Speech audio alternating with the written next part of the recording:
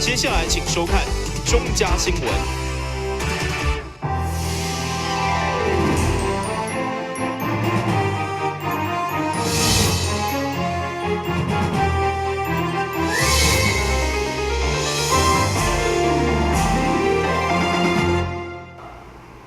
大家好，我是陈美纯，欢迎收看4月21号礼拜四的中嘉台南地方新闻。万安39号演习下晡1点半开始进行军民联合防空演练，时间一到，所有人甲车紧急就地避难，并无传出任何违规的事件。演习当中包括抢救、救护、避难甲收容，每一个环节甲过程拢相当逼真。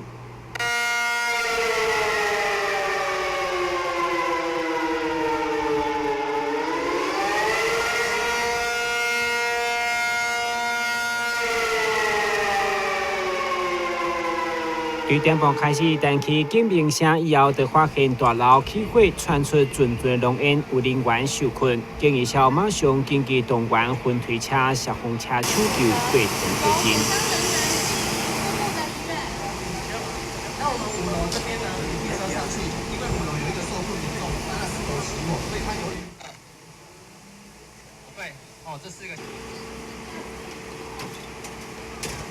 演习参照作战，这个是万安39号所展开的军民防空联合演习，其中来清掉伫统裁官、甲市府以及主管陪同，嘛一一视察，包括会当用来苏醒甲社区居民有1200人的生涯骨折，以按鼻孔、护目睭甲开喙的标准动作来避难。当然，一旦遭受空袭、家园受损严重的灾民，社区活动中心嘛发挥临时收容的规划。包括各种救灾民生的物资、甲救护志工的投入，每一个环节拢袂当落高。市长认为，面对复合式的灾害，就不断提高民众的防灾意识、甲演习的强度，才有法度将灾害控制到上低。今天万安39号演习堪称顺利。我们举行演习的目的是希望我们全民能够有国家安全的危机意识。那如果万一有战争，或是平时有灾害发生的时候，民力呢也能够展现出来，让公部门跟私部门的力量能够结合，将伤害降到最低。那今天我们在做万安39号演习之前，已经召开过3次会，也有先预做2次的演习，刚刚也得到统裁官的肯定跟嘉许。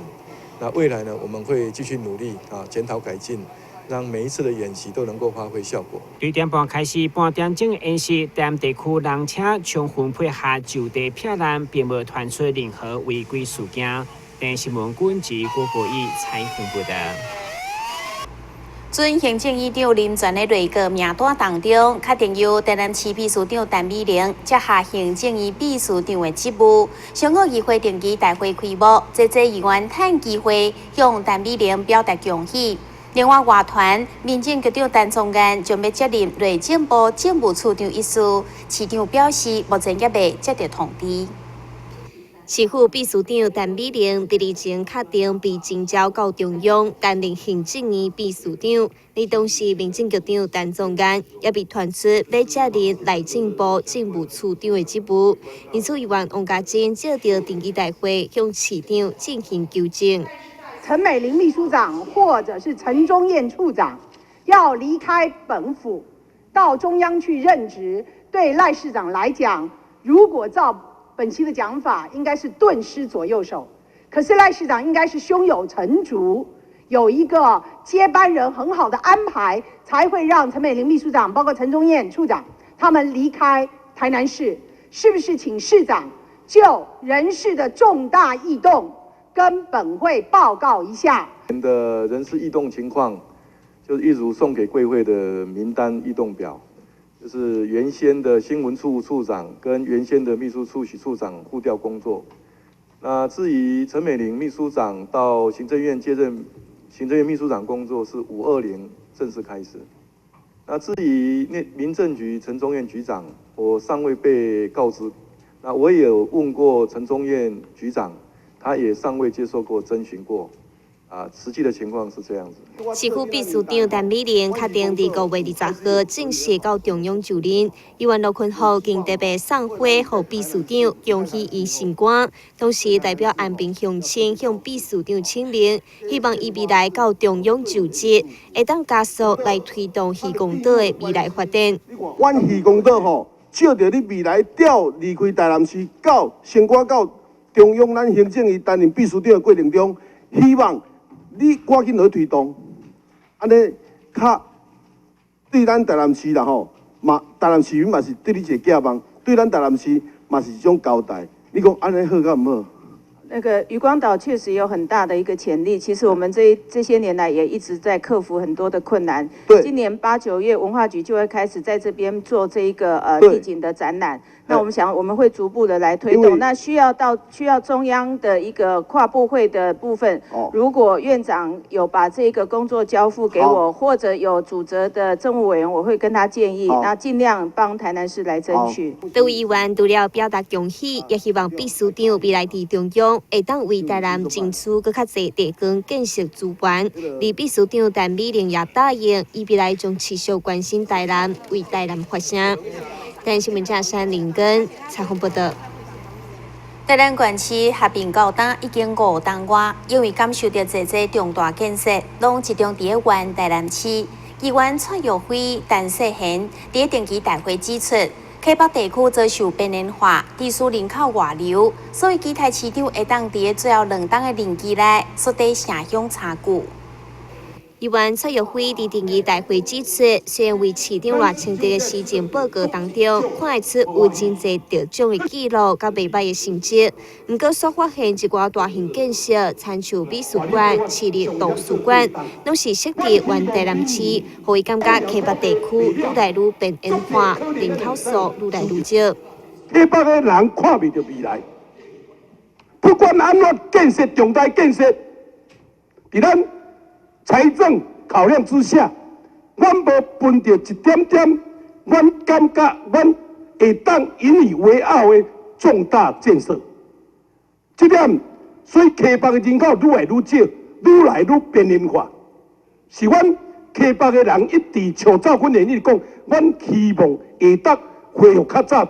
原始的台南县。议员张世贤也烦恼东山、白河后壁地区伫几冬后就会变成无人居住的所在，呼吁市长多为少年人创造就业机会，好好思考新市政中心的位置，以达到城市的平衡。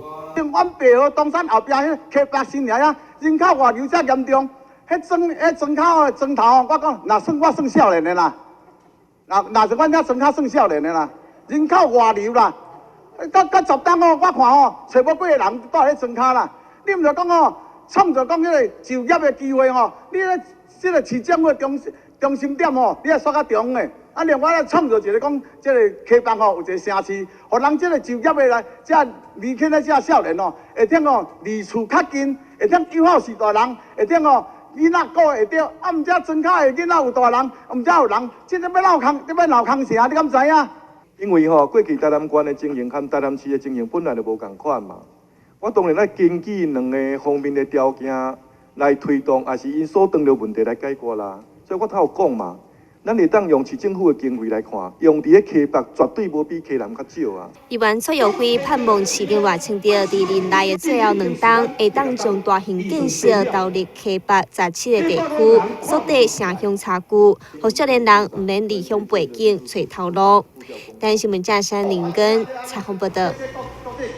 2月6号地震过后，来自各地赈灾善款已经超过40亿。经过市府中建复原小组讨论决议，针对维管大楼所有权人补助100%，但是相对之下，东区大地理生产市场却只有补助50%。议员曾顺良就希望市府会当再次研议。这次2月6号地震，维管大楼因为有抢救的必要，在紧急时间内必须拆除。经过市府中建复原小组讨论决议，在善款的运用部分，对维管大楼所有权人补助100%，但相关无超过300万。相对之下，东区大地理生产市场则只有补助50%。议员陈顺良希望市府针对这部分再重新考量。你讲遐个人会当赔100%，剩的人会当赔50%，这是一个不公不义的代志。因为这个人会当去搬啥物件，你讲我听，因为啥物物件人搬啊？所以我希望讲这个代志要重新考量。因为我每一厝去到遐，包括去到生产市场遐，外口这迄个店面遮，你去甲看卖啊！我希望讲，你身为咱台南市的大家长，你有一天亲自去到遐，甲看遐店面遐人，一定性命拢一定危险啊！阮是用同理心咧参与合作。那么迄天活动嘛进行了真顺利，因所要求的就是讲一半，因的损失政府伊认为讲安尼无够，然我嘛考量的讲伊有财产损失，所以重建小组也已经做出建议，每一户呢可以给他们多增加30万元，也回应咱东区6个议员，我拢有接受6个议员的意见。议员陈顺良提醒，来自社会的地动正在盛况，本地就爱专款专用，所以参照土壤异化区的相关调查，无应该动用到这笔钱。对此市长强调，建筑部甲第一个探勘绝对未使用到盛况。但新闻架山林根采访报道。私立台南仁爱之家附设精神福建机构21号举行甲无仪式。未来将要服务朋友建立自信，培养独立生活能力，帮助因早一天回归社会。私立台南仁爱之家新华园区，伫园区内设有精神疗养院、养护所，也阁有新设的福建机构，互院内患者会当接受一条龙的服务。21号即天，伫仁爱之家董事长林寿宏、董事以及贵宾共同剪彩之下。仁爱之家福建机构正式启用服务，请用剪，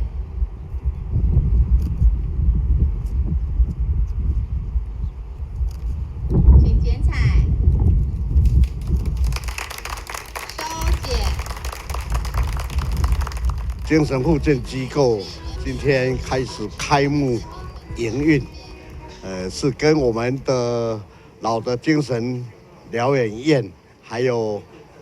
慢性的精神养护中心、养护所的3手连贯起来，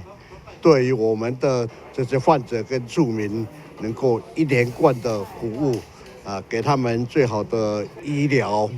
因为我们这边有3位住院医生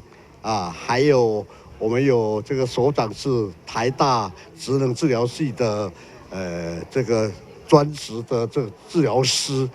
在学识、在经验都非常的丰富还有我们慢性这个养护所的李所长，在这精神这些复健的住民跟病患都有很好的经验，所以我们希望这3个手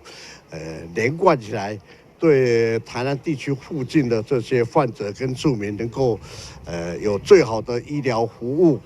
精神福建机构提供康复之友、熟悉也阁有上介绍限制环境，并且训练患者自我照顾、生活技能，也阁有护理师提醒用药的规则，帮助患者顺利回归社会。仁爱之家以着照顾弱势为宗旨，伫付出的同时，也希望社会大众做伙来关怀这群被社会冷落的族群。台南新闻张伟忠采访报道。休困者马上倒来新闻内容。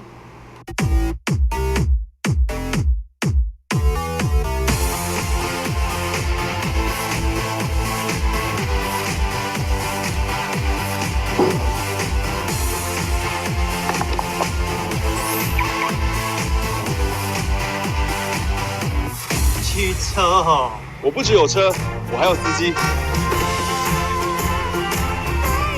认真负责人，酒后不开车。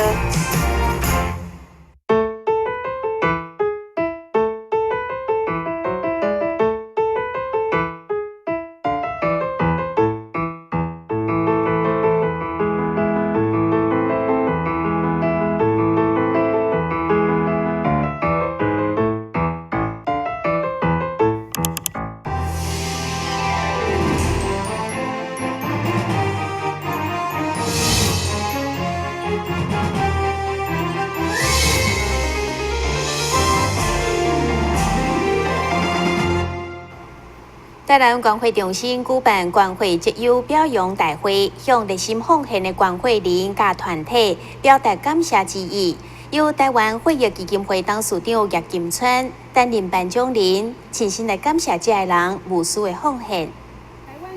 104年度节友关会表扬大会21号伫台南生活美学馆登场，要来感谢关会人以及各机关团体代表，其中包含关会达到1000单位以上的机关团体，以及个人关会超过100单位以上1159人，以及关血小板达到100单位以上，总共932人。感谢因长久以来对关会活动无私的奉献。捐血人有多有爱心哈？那台湾是一个爱心之岛，就是每年我们就有250万袋嘛，其实是100万个人捐血。我们台湾才2300万人，是100万人捐出来这么多250万单位的这个血，一年有这100万人捐了180万次，就是平均一个人一年捐了1.8次。那当然血小板的更多，血小板的平均每一个人捐9次。一年平均觉得，那当然有很多人是24次，就是满档了，就每2个礼拜都来报道，一定要捐血，好像不捐，他觉得很难过，我没有办法救别人，这个是台湾的这个福气啊。那我们非常谢谢就是云嘉南这部分的这个捐血人。那另外一定要特别讲，就是说我们的台南市长，就是说我们的首长。捐血最多的这个首长之一啊！0206大地震发生的隔天，全国关会站客满大批关会人要来关会，显示出个人热情甲同理心。关会中心感谢大家主动积极加入关会，展现社会关怀、团结大爱，就是爱台湾的实际表现。台南新闻张伟忠采访报道。在今年台南艺术节当中，大型古迹环境剧场暨特洛伊4月22号甲23号将伫伊在金城登场。负责该剧的金鸡演社，用优美的河洛话演出80分钟，将伊在金城化身为希腊古战场。杀场，由杀场开始，要为杀场来结束。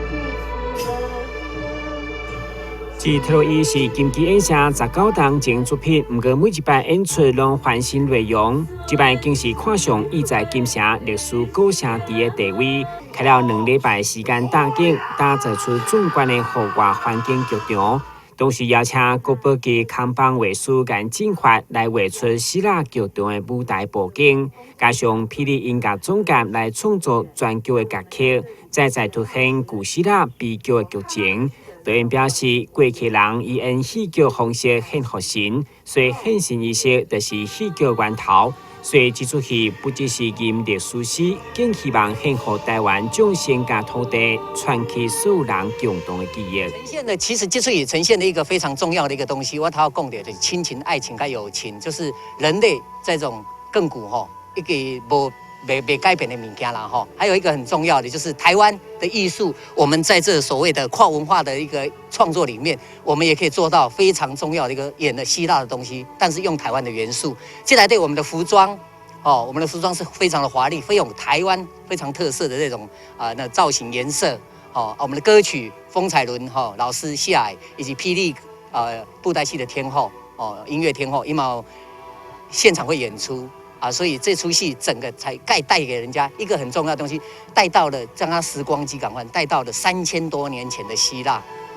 伫10当前就曾经看过自特洛伊的文化局副局长，已经留下深深的印象甲感动，所以对着金枝演社这摆大制作，更是强烈推荐。知道这个金枝演社他重演这一出大戏的时候呢，我们就特别的邀请他，希望他可以在我们台南艺术节，在义载金城来做这一次跟环境结合的一个大戏。我相信，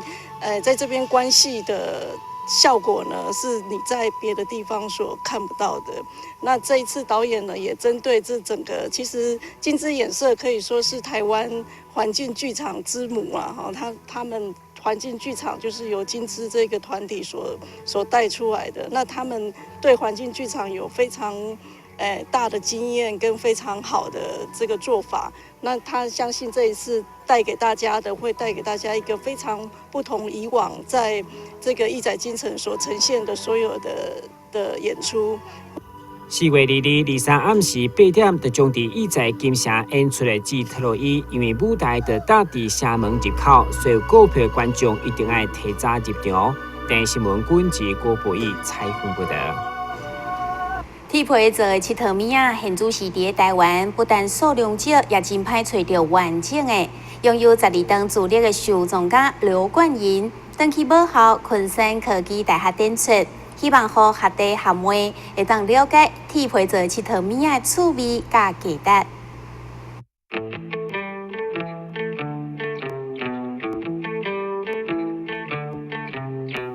除了上定看到的机器人造型铁皮玩具，也佫有李小龙、剪刀手爱德华、战车、船啊等等交通工具的造型，这寡拢是拥有12档资历的收藏家刘冠银，以一点一滴用心去收藏的铁皮玩具，目前收藏的数量已经将近1000件。就是呢，我一开始怎么会想要收集铁皮玩具呢？是因为我以前还在念研究所的时候，那因为我以前就是很爱逛网拍，那我每次去网拍搜寻的就是复古的东西，因为我本来就很喜欢复古类的东西，那也不知道怎么搜寻的，就搜寻复古，搜寻到一个复古铁皮玩具的机器人。那其实我本身我个人我对机器人是没什么兴趣，但是我就看到奇怪，它的造型怎么那么独特，我第一次看到，可是我第一次看到我就爱上它了，而且我觉得我一定要买，因为这也太可爱了吧，就是太憨厚了，我觉得很疗愈。我觉得就是一方面我可以满足我的收藏欲，那一方面就是我可以额外有收入，因为我也可以把它们放到网站网拍上面，然后我可以去贩售，然后贩售得到的金额我又可以去买我喜欢的玩具，这样子。对，那我一直到现在应该是有收藏12年的时间了。那这12年的时间，就是我的，如果说连同复刻版。就是如果不包含如果连同古董跟复刻版的话呢，我的铁皮玩具至少有800种以上了。这寡造型特殊的铁皮玩具，侪拢是限量的，因此价值非凡。这届昆山科技大学邀请校友刘冠银回来校内展出，就是希望学生体验过往年代一种怀旧的机器人风潮。其实机器人的议题非常的夯，但是呢，当我们不断的去思考，就是整个科技的发展的时候，有时候我们应该回到原点，回到机器人发展的最初的那样子的一个概念。所以从铁皮玩具开始，事实上是一个蛮好的一个开始。那铁皮玩具里头，它其实在材料的一个使用上、色彩的使用上，还有造型的使用上，对于设计的同学来说呢，其实是有很多参考的一个价值。这届展出的铁皮玩具呈现出古早七套米的丰富性，同时现场也设有体验区，会当亲自动手整体验铁皮玩具的特性。台南新闻网找采访报道。一般的 IC 晶片封装，大部分拢是用黄金或者是银，不过这种金属的成本高，而且处理无好，佫会造成污染。所以成功大学经过多年研究，总算研发出用铝来做晶片封装，降低成本又佫环保。晶片封装的过程，拢需要拍线结合，来成为核心甲外围电路互相沟通的管道。目前大部分的晶片封装拢是使用黄金作为结合材料。新代团队希望会当用无同款的材料来大大降低制造的成本。因此多年来研究铝的可行性，也总算伫咧经过无数次的试验了后，成功将铝伫咧少量的时阵，予以完美成球。很成功的被成大的团队研发出来。它历经的4个程序，第一个就是把纯度提高，把它做得这么的精细；第二个再把它扣上这个奈米镀层；第3个就是它可以成球，这是个创举；第4个，它可以球棒结合，而且呢可以通过应用端的一个评比。最重要的是，这个精细铝线啊，它有非常好的耐蚀性。改用铝作为导线，会当让成本大大降低，同时也会降低晶片回收贵金属产生的环保问题。团队在一开始的时候呢，就希望能不能不用黄金，比拟黄金的线材一定要开发出来。那我们就往这个铝线来钻研。那铝线现在已经成功的跨出这一步了。我相信将来在晶片贵金属的回收这一块我认为就不会有很多黑心的商人用很多强酸强碱去做这个黄金的提炼，再把废液倒进的这个河川里面。所以我希望这样的一个具有优质的铝线材的问世，它可以给我们晶片的应用端一个不同的思维。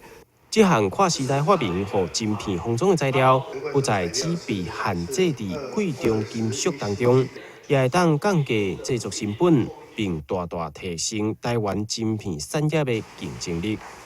台湾新闻网早采访报道。新闻之后，咱赶快来关心气象。